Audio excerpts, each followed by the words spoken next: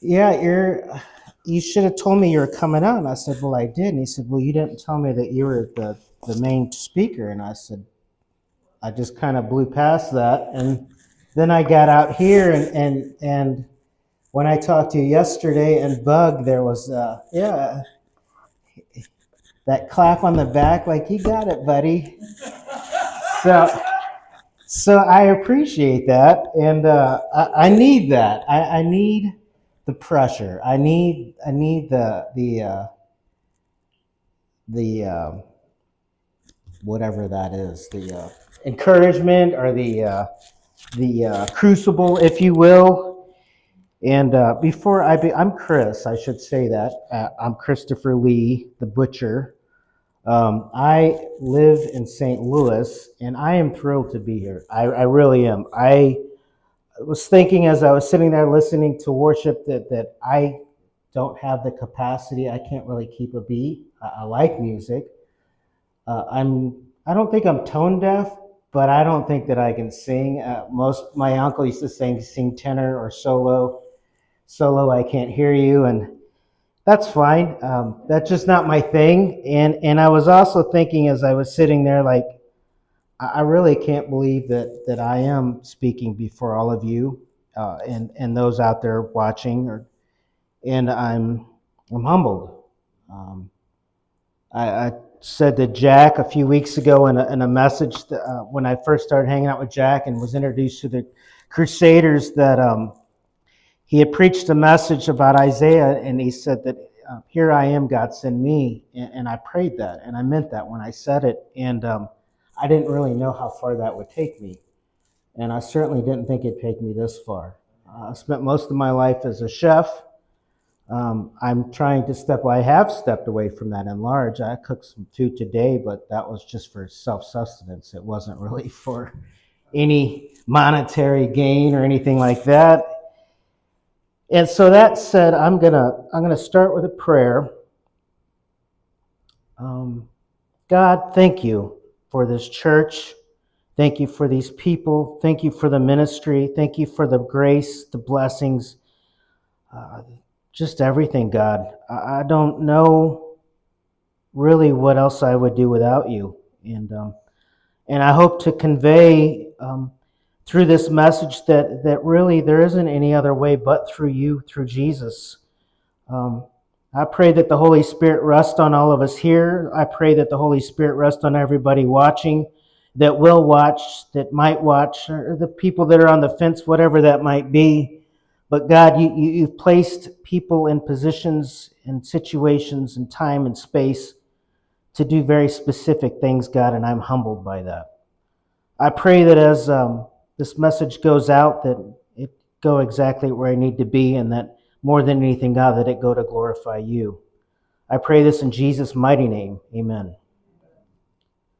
So as Benny said, this is the beginning of a revival, and I'll be quite honest with you, I did not know what a revival was until 24 hours ago when Benny told me that a revival was meant as a restoration, as to revive those in the church, to revive Christians, and to revive people that have maybe um, gone through some hard stuff or fallen asleep or struggled with their own things and just really aren't sure where they're at right now. And I can understand that. And Benny said that the message in large should be our hearts is the Jesus home. And I'm, as I said, a chef, and I like to be organized. So today we're going to preach, or I'm going to preach on attitude, because I feel that as Christians, whether you struggle or where you're on the top or you're on the bottom or wherever you're at in life with Christ, it's all about your attitude. Where are you at? What are you thinking about? What's going on? And I'm going to pull a page from my sponsor. Next will become your thoughts, because your attitude dictates what you think. And after that comes your actions. That'll be Saturday. Saturday will be on actions, because, as I said, our attitudes gives way to our thoughts, and our thoughts give way to our actions, and ultimately they define and give us our character. And that's where we'll land on Sunday. So as I unpack this, I want to ask all of you the same question that God asked Adam in the garden. Where are you? Where are each of you today? Where are you in life? Where are you mentally, emotionally, spiritually, or physically? I slipped a disc in my back a month and a half ago, and it kind of went one way and now went the other way, and it's uncomfortable. It's not something I want to deal with. The sciatic's running down the back of my leg, and no, I'd rather stand. Actually, it feels better. I'm a weird guy. I don't want a soft chair, and I just want to stand. But I would say emotionally, I'm a bit. I'm a little concerned. I'm concerned about the Crusaders. I'm concerned about my future. I'm concerned about just things emotionally. I'm in a good space. I'm glad to be here. I'm fed. They say I'm fat and happy, so I mean, there's that. And in life, I'm in a transitional space, and I feel that in a lot of ways, and I won't speak directly to the Crusaders, but I will bring them up time and again, that we are in a space of transition. And there are those of us that are in transitions in one shape or form or another, be it through jobs, through what have you. Everybody is in their own space, and everyone deals with their own thing. But I want to ask you also, as you think about where you are, who got you here? God brought me here. I was a chef. I did a lot of things, and I never thought that I would venture to Washington. I'd heard about Washington. I had heard a friend in the kitchen say that's where God sleeps. And as I come up here time and again, I believe that. There's something about being in Washington that just thrills me to no end. I don't care for the cold that just sinks into your bones, but I'm from Missouri, and you don't have tornadoes. So I'll give it that. And I would say, as I say that, please pray for St. Louis. We just got hit by a mile-wide, 21-mile-long tornado that ripped through the city and destroyed a lot of homes and destroyed a lot of businesses. And a lot of my friends and family and people I know and love were affected by that. I want to ask also, why are you here? What motivates you? What motivated you to be here? I know why I'm here. I love you guys. I love this ministry. I love this church. I was sitting in that window up front. Bug had asked if he could put on some music to move the chairs, as only Bug does. If you've been here to be witness to the tape measure and the straightening of the chairs, it's a little weird, but hey, I've been in enough churches. The pastor stands up here and he looks out and he sees, I get it. It's okay, you know.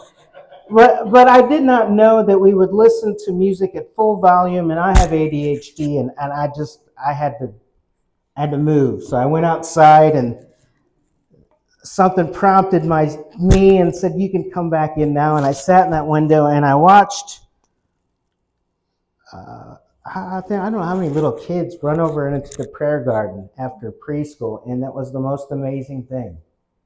Because I thought, like Josh said, I mean, they're kids. And to have the heart of a child and to just be thrilled to no end to run around in a little garden. And this little kid ran in and he goes, hey, what are you doing? And he's screaming at the top of his lungs. And I'm like, nothing. What's up with you, buddy? And he goes, is this a house? And I thought, yes, it is. It's very much is a house. This is God's house. And this is where we all convene, not to dump out our mess and certainly not to feel ashamed or sorry for ourselves, but to be revived and be restored. So I'm motivated here to be here today to offer some sort of motivation. I'm a motivator. If you haven't met me, I am the butcher and I was a chef, and I like to motivate people. But also, I want to ask you, as you ask yourself, why are you here? What excites you? Really, what does excite you? We've all been through some stuff. I heard Josh had a hard day. I drive trucks from time and again for Taco Bell, and I've been on the 405 in California. I've been on the 605 in California, the 10, the 5, and everything in between. And I'll be honest with you, the traffic isn't much different there as it is up here. And I was really bummed when I came up here last time because I had just spent 3 hours on the 405 in Southern California, only to spend another hour up here. And I thought, my gosh, this is a really long stretch of road for this much traffic. And what encourages you? What really does encourage you? We are Christians. We should be excited. We should be encouraged. We have the keys of eternity in our grasp. We serve a mighty God. Everything that you see, that garden, the green, the bikes, the cuts, the chairs that Bug likes to move around, the chicken, everything was God's. And he's been gracious enough to give it to us.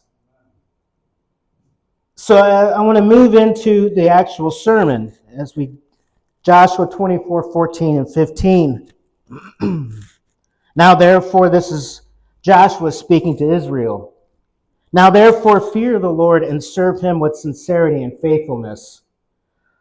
Put away the gods that your fathers served beyond the river in Egypt and serve the Lord. And if it is evil in your eyes to serve the Lord, choose this day whom you will serve, whether the gods your fathers served in the region beyond the river or the gods of the Amorites in whose land you dwell. But as for me and my house, we will serve the Lord.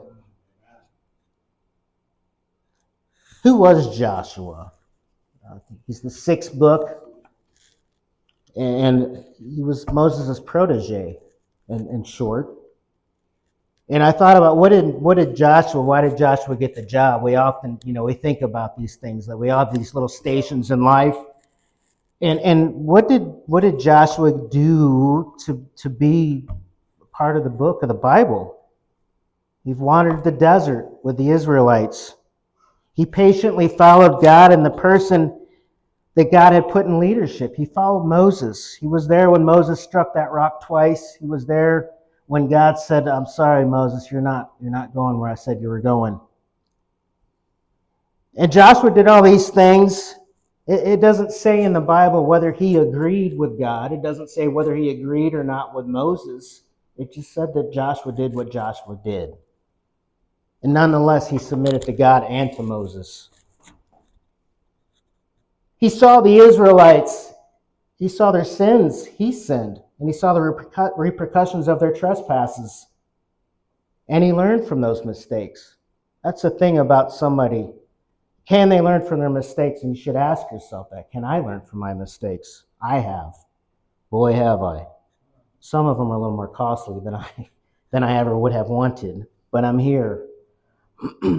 He also witnessed at firsthand, he saw Moses die.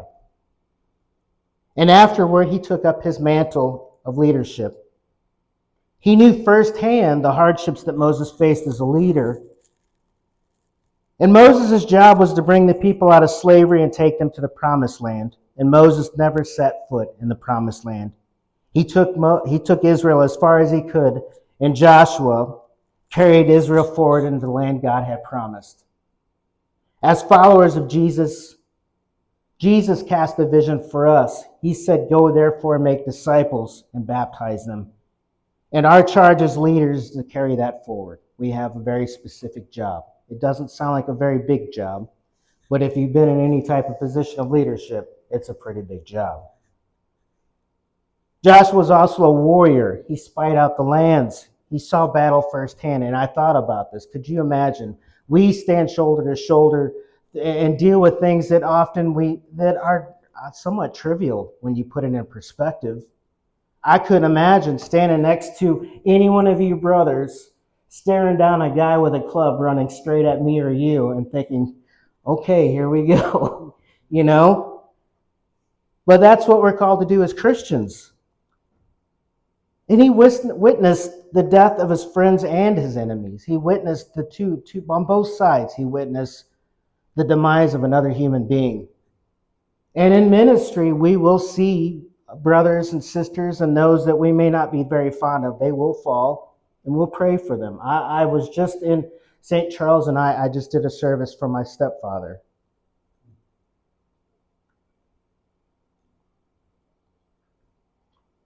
But I think what's important to see here is that Joshua, more than anything, was conscious of all that a man stood to lose if he were hasty in his actions. Going into battle is not something you take lighthearted. When you move forward, you move with intention. You move with an idea of where you're going. And he also saw more so the character of God. Only Joshua and Caleb trusted God enough that God would follow through, leading Israel to victory in the promised land. Two guys out of all these guys had enough faith to say, you know what, God's going to do what he's going to do. And I believe that. And they carried that forward. And because of what Joshua and Caleb did, we all sit here today. And as a leader, Joshua sought God first. He sought God first, then he made a decision. He didn't make a decision and then afterward, like, oh, I forgot. Joshua had the double task of leading and taking possession of a promised land. He had the double task of leading. Could you imagine leading several thousand people into battle? And at the same time, once they've acquired the land, doling that land out to other people and dividing those things. He was a statesman. He took what God had given Israel and divided it accordingly. And I sometimes wonder the things that we're given, we have, I struggle. You know, I'm called to tithe 10%, and I check that bank account every couple of days, like, do I have 10% that I can afford to give? But you see what I'm saying. Could you imagine taking over half of Washington and divided among these people in this room accordingly? Willingly? And in a very real way, Joshua was a prophet. In some ways, he was equal to Moses, but he was no Moses. He was an intercessor between God and Israel, but not on the same level. And we know this when Joshua says, thus says Yahweh. That's what Yahweh spoke to him. And I have in big letters here, none of this was easy.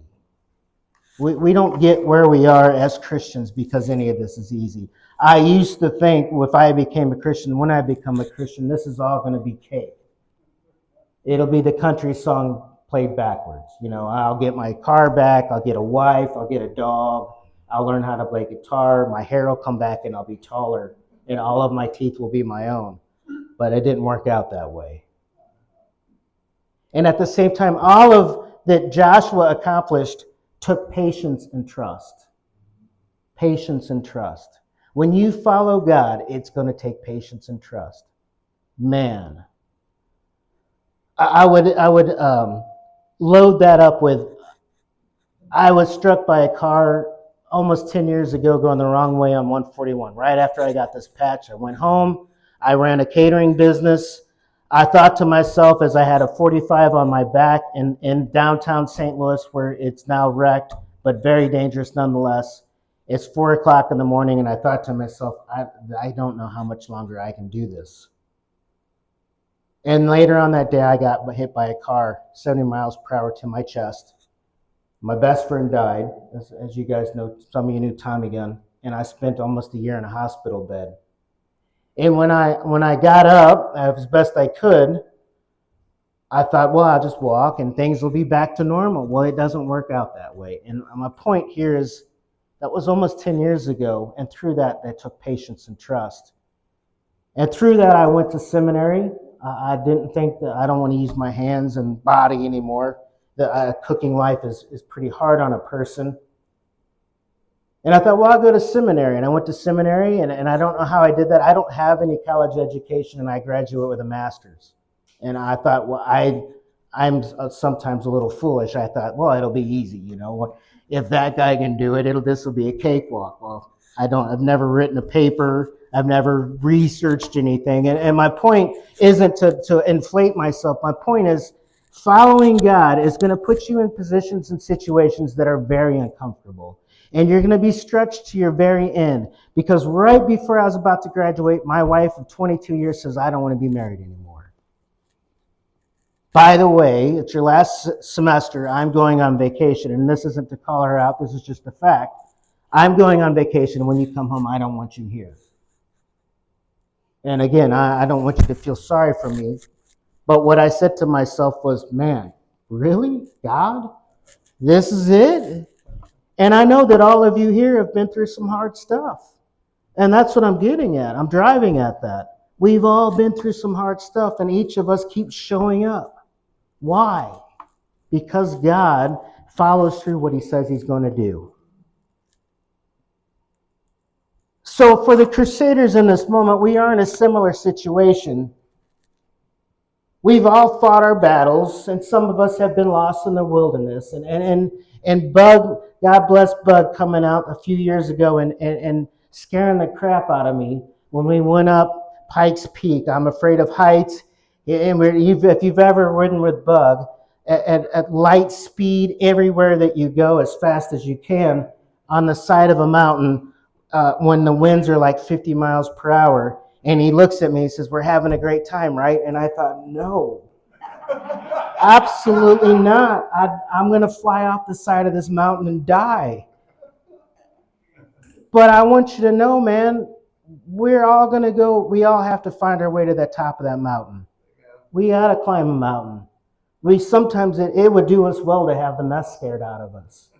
I'm being serious about that. Imagine Joshua with a guy running at him with a spear or a club. He wasn't like, all right, he was like, this is terrible.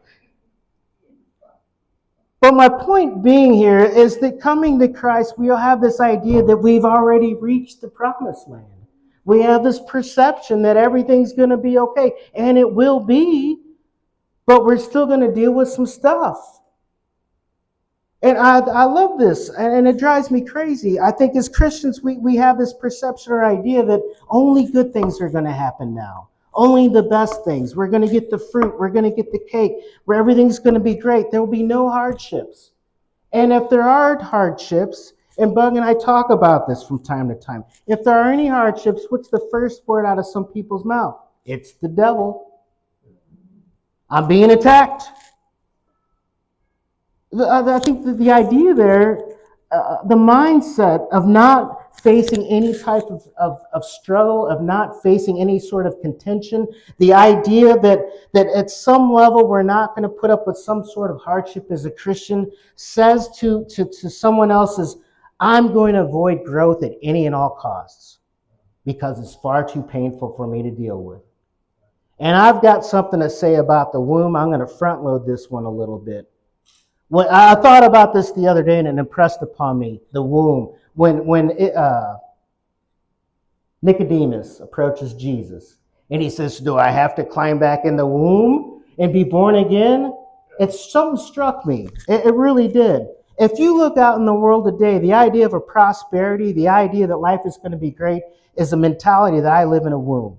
I want to be warm. I want to be comfortable. I want everything force-fed to me in such a way that I don't feel anything. I'm insulated from the realities of being in the world.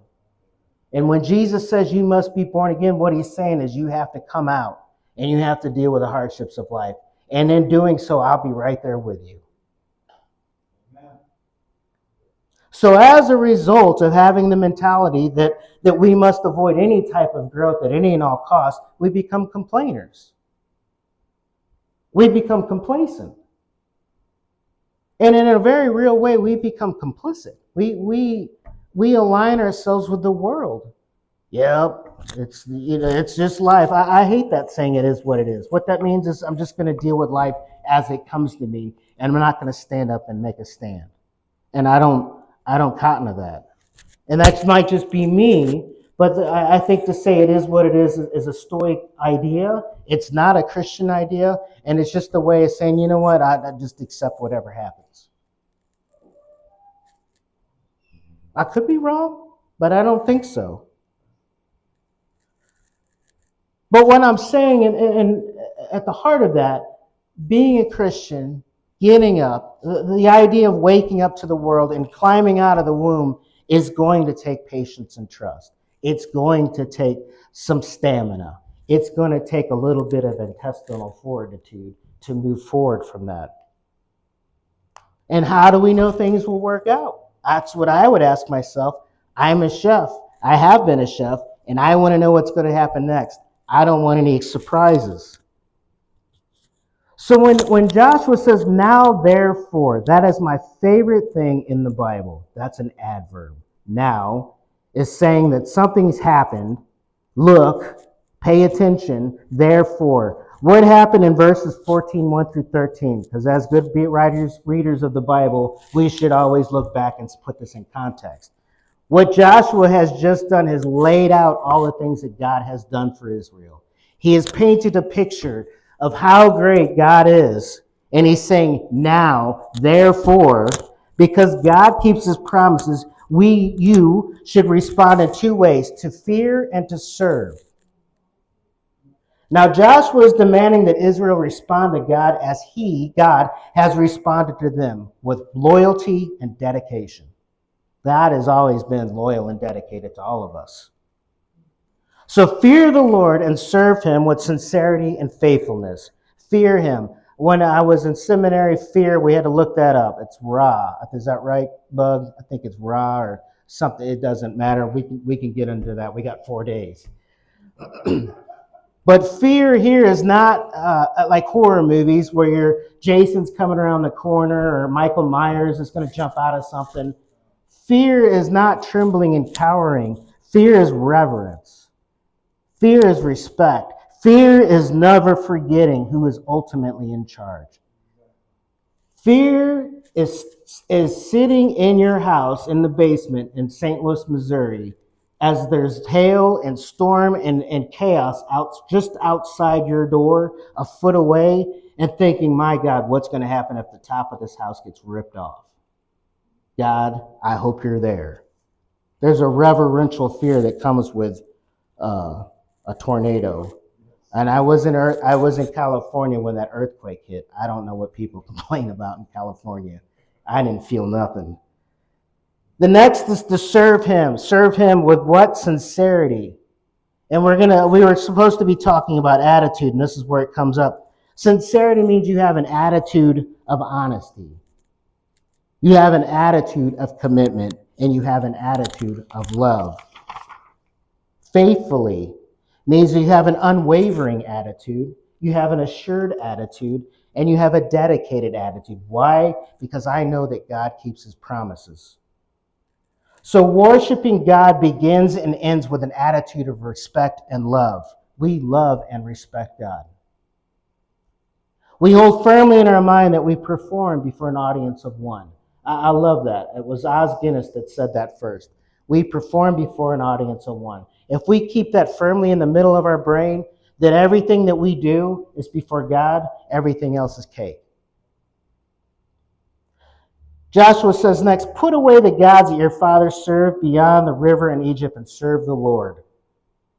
So they had served somebody, and now we're looking to serve someone. Again, serve the Lord. How did they serve the Lord? Well, it begins by putting away the gods of their fathers. And who were they? Goat gods, demons, Baal, however you want to say that, fertility gods. And in the end, all the things Israel sought in their vain attempts to ease the anxiety of the unknown. Will there be enough? Will there be provision? Am I safe? These are the things that Joshua is saying, you got to stop worshiping these things. They're not going to provide for you. And at the heart of anything we serve is our attitude towards it. So our attitude towards God is fear. Our attitude outside of God comes from fear and ego. Fear says, what if God isn't there? And ego says, oh, I guess I'll go alone. I don't need God. And that's not where we operate from. We should not operate from fear and ego. We don't have to. God's there. So how do we serve the Lord? By holding firmly in our minds, again, that we perform before an audience of one. God is there. God is always there. And I wondered as I wrote this, who might our false gods be? We don't have some people do. There's those crystal people and there's those other people with the little trinkets and weird stuff on the... We don't have to get into it. If you want, I can explain some of it to you. But in a nutshell, anything that increases this an audience, anything that it widens the audience of one is probably something that's a false god. Anything that we perceive will keep us safe from the unknown, be it physical, relational, mentally, spiritually, politically, emotionally, etc. Anything created that will return to, that you or we return to on a regular basis with an attitude that it will somehow ease our comfort and fear. So, what might a false god today look like? Money? Addictions? Status quo? What will they think of me? Oh, we live in a world of cancel culture. We live in a fear. I was telling Bug, more and more pastors are leaving their jobs because they're afraid of being canceled. They're afraid of the repercussions of not saying something that people will like. And these people get death threats. These people get attacked. For what? For spreading love, for being men of conviction, for being people that say, you know what, this isn't the way things should be. I recognize that, and I'm going to show you a better way. Power, politics drives me crazy. I'm not a very political guy, but the idea that one person's going to save any of us is foolish. There's only one guy that will save us, and we're waiting for his return right now. The idea of anything beyond that, I think I was saying that earlier, we all want a quick fix. If I vote this guy in, he's going to make it happen right now. It doesn't work out that way. Everyone has their own agenda. Science, medicine and psychology, technology, all of these things are ultimately good. I'm not here to bash any of the things. These are all gifts from God for what? To better explain his creation. I didn't know this before I went to seminary, but universities were started by Christians. Why? To show the world how God affects things, how God makes things work. I have a friend that's a molecular biologist, and she said, you know what? The idea, the intelligent design goes all the way down to the atom. And it blows my mind. How can you not believe that there's a God when you're a molecular biologist and you see the inner mechanics of atoms working with one another? That's not on my notes, and I'll get lost if I keep it. So we're going to move on. But all things that distract us from God and provide us with a false sense of security are created. We want that. We want to climb back up in the womb and feel safe and secure in our lives. But they're not going to come from created things. I'm sorry. So then there was an issue of polytheism. There was gods everywhere, and the more that you had, the better off you might be. Rome, or the Greeks, had the unknown God, which I'm sure Bug, if you've been to Bug's church, he's unpacked Acts very thoroughly. But we also, in our day and age, we deal with pluralism. You guys know what pluralism is?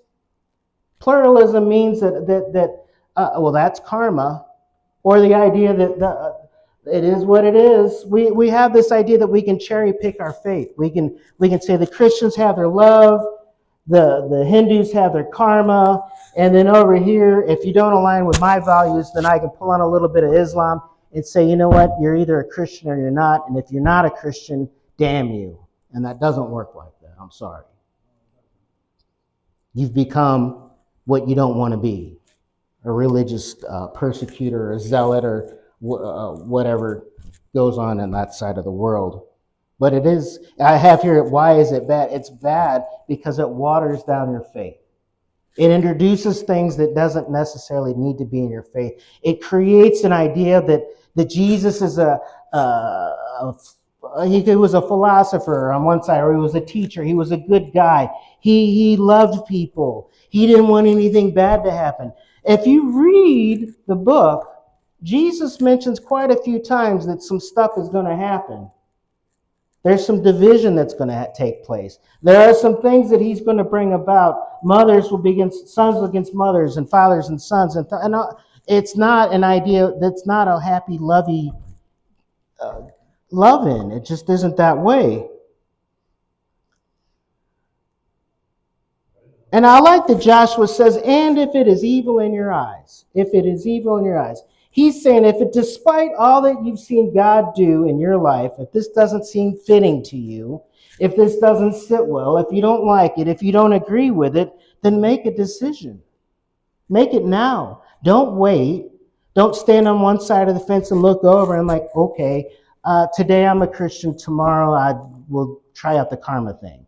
Or the next day we'll get some crystals and we'll put them on our neck and bang a gong or whatever happens there.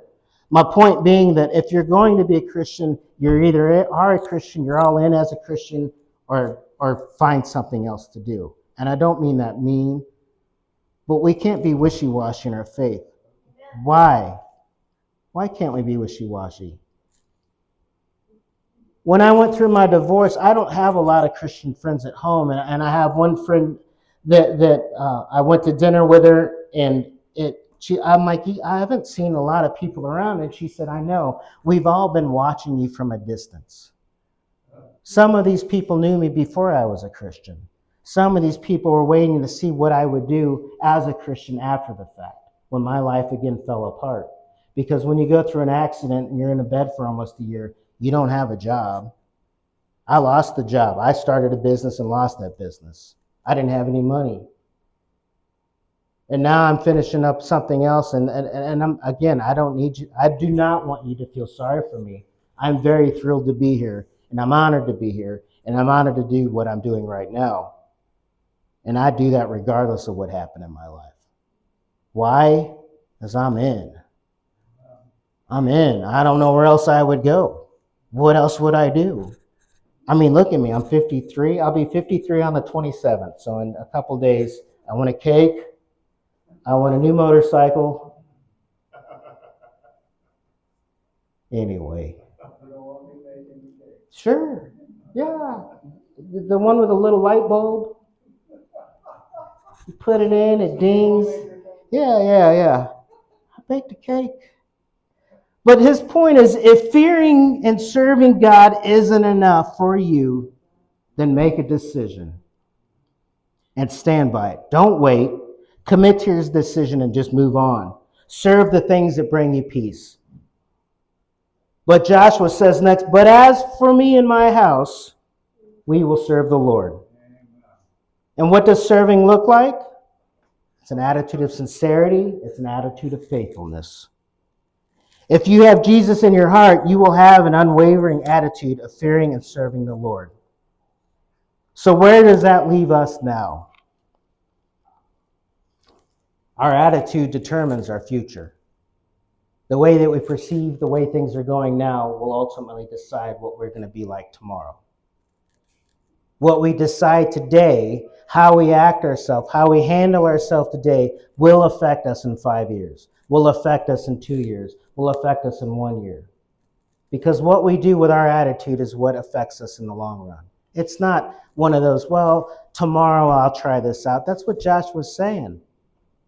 Make the decision now and stick to it, because it's going to affect you in the long run. And thank God Joshua decided to stick with it. I don't think Christianity would have made it all the way here. I know that God is God, and it would have made it, but we wouldn't have the same story that we're going through right now. So in conclusion, to wrap this up, if we hold firmly in our mind that we perform before an audience of one, whatever happens along the way, regardless of difficulty, will end in a success. God will see us through. God is a good God. And serving God definitely has its advantages. And we'll go through that the rest of the weekend. I love you, and I thank you, and I'll close with a prayer. Thank you, God, for this opportunity.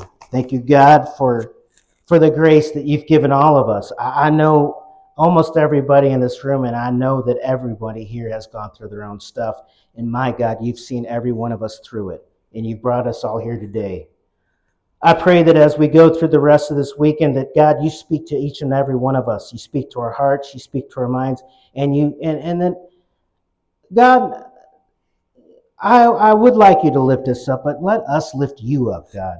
Because, my God, without you, none of this would really matter. None of this would make any sense, and we could all go do whatever it is that just makes us happy. But, God, you make us happy. And in doing so, let us worship you, honor you, praise you, and lift you up in such a way that you're happy. We thank you, God, for everything you've done. In Jesus' mighty name, amen. Thank you. Thank you.